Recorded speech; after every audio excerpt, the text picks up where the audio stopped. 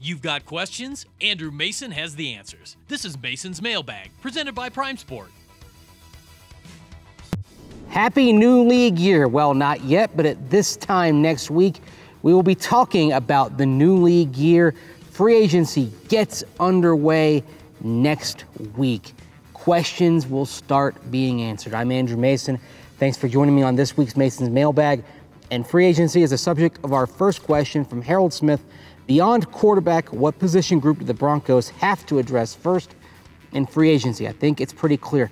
Offensive line. Now, you're at a better spot on the offensive line than you were last year. Remember, at this time, questions all around the group other than center, and even at center, you had Matt Paradis coming off of 2 hip surgeries.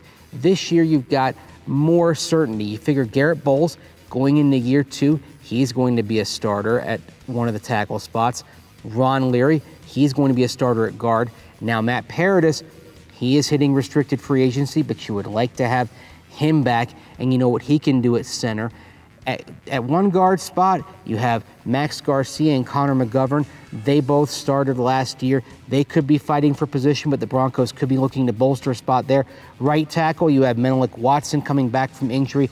The Broncos shuffled other guys there. They could be looking to bolster that. So, while you still have questions, you are closer to a long-term solution stability-wise across the board on the offensive line than you were last year. Now, that being said, there are some possibilities on the offensive line.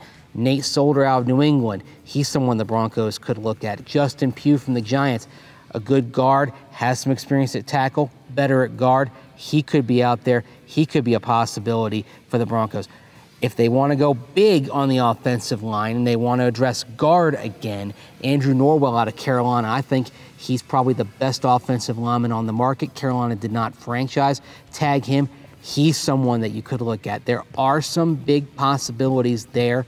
But yeah, beyond quarterback, I think you're still talking about the offensive line, even though as a group, it did get better, and you're closer to having long-term stability there than you did at this time last year. It's still something that you want to focus on as free agency begins. Next question, back to last weekend's Combine. This one from Luis Eduardo via Twitter. Given the game tapes and Combine, which of the quarterback prospects would be ready to start day one? I'm going to start with Baker Mayfield, and yes, there are questions about him in terms of the scheme that he came from at Oklahoma. Will it translate? And those are valid questions, but at the same time, looking at him at the Senior Bowl, seeing what he did in terms of getting the ball into some tight windows, seeing the way he was anticipating receivers, and also seeing how he understands an offense, how he understands concepts, how he can process them and implement them into his game quickly. I think he can be ready to start day one because of what he brings mentally, not just physically in terms of his arm. I think he's got the whole package there.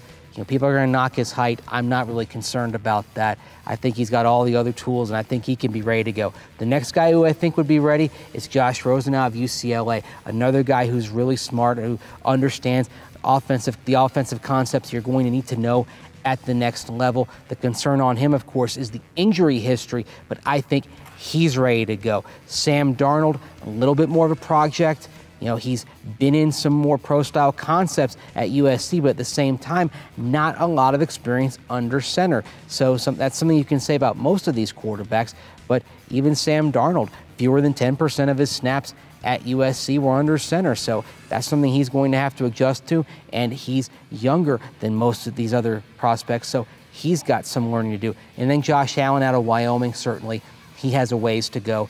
And while he's got outstanding arm talent, as Mike Mayock mentioned, he thinks he's got the best arm talent since Jamarcus Russell back in '07. And he emphasized arm talent, wasn't comparing the rest of the aspects of quarterbacking. He probably is a little bit more of a developmental quarterback, even though his ceiling is very high. Thanks for the questions. And if you want to join us next week after the first wave of free agency, go to denverbroncos.com/Mason's Mailbag.